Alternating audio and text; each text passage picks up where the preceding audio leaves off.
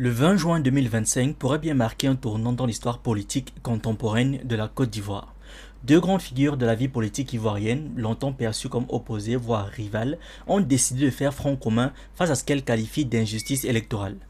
Laurent Gbagbo, président de la République de 2000 à 2011, et Tidjane Thiam, ancien ministre de la Planification et personnalité influente de la finance internationale, ont annoncé la formation d'une alliance stratégique entre leurs deux partis politiques dans le but explicite de contester leur exclusion de l'élection présidentielle d'octobre 2025 et d'exiger une réouverture du processus démocratique. Cette coalition inédite réunit le Parti des peuples africains, Côte d'Ivoire, PPACI, fondé par Laurent Gbagbo à son retour en 2021, après son acquittement par la Cour pénale internationale, et le Parti démocratique de Côte d'Ivoire, Rassemblement démocratique africain, PDCI-RDA, parti historique de la scène politique ivoirienne présidé aujourd'hui par Tidjane Thiam. Si les deux hommes ont des parcours très différents, l'un étant une figure emblématique du nationalisme africain, l'autre ayant été à la tête de grandes institutions financières comme le Crédit Suisse, ils partagent désormais une même cause: la réhabilitation de leurs droits civiques et politiques et la dénonciation d'un climat qu'ils jugent de plus en plus hostile au pluralisme et à la démocratie. Lors d'une conférence conjointe tenue le 20 juin, Tidjane Thiam, intervenant par visioconférence, a affirmé que les deux partis avaient décidé d'unir leurs forces pour que le gouvernement entende le message des Ivoiriens à une heure où se joue véritablement l'avenir de notre pays. Il a mis en garde contre le risque d'une élection présidentielle vidée de sa substance démocratique qui, selon lui, ne saurait être ni légitime ni crédible si elle exclut arbitrairement certaines figures politiques majeures.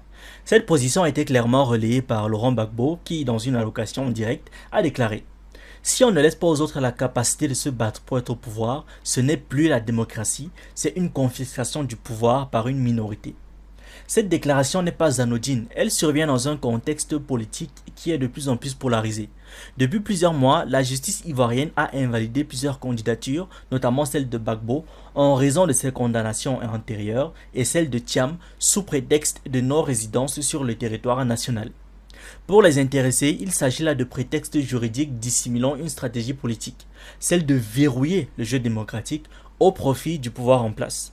Laurent Gbagbo, pour sa part, a lancé un mouvement parallèle baptisé Trop c'est trop, véritable cri de ralliement pour une frange importante de la population qui rejette l'idée d'un quatrième mandat du président sortant Alassane Ouattara.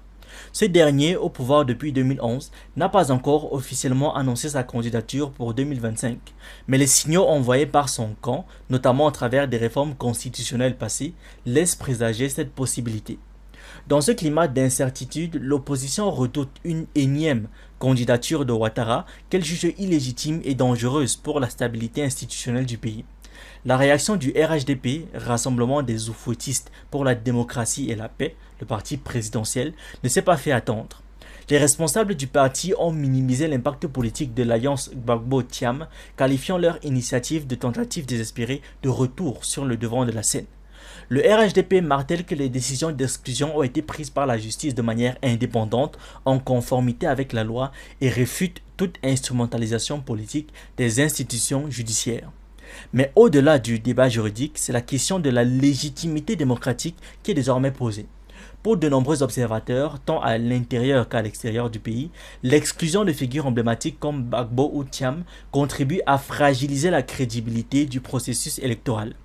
Dans une région d'Afrique de l'Ouest marquée par des coups d'État, des tensions préélectorales et des révisions constitutionnelles controversées, comme au Togo, au Sénégal ou au Bénin, la Côte d'Ivoire, pourtant considérée comme l'une des économies les plus dynamiques du continent, ne peut se permettre de bafouer les principes démocratiques fondamentaux sans conséquence. L'union entre Gbagbo et Thiam, bien que récente, pourrait marquer le début d'une recomposition du paysage politique ivoirien.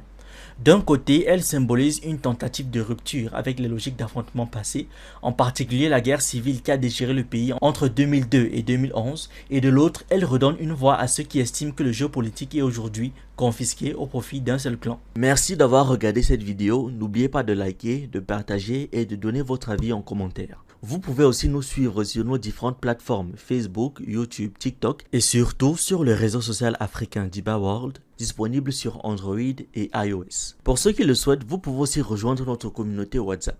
Tous les liens utiles sont dans la description.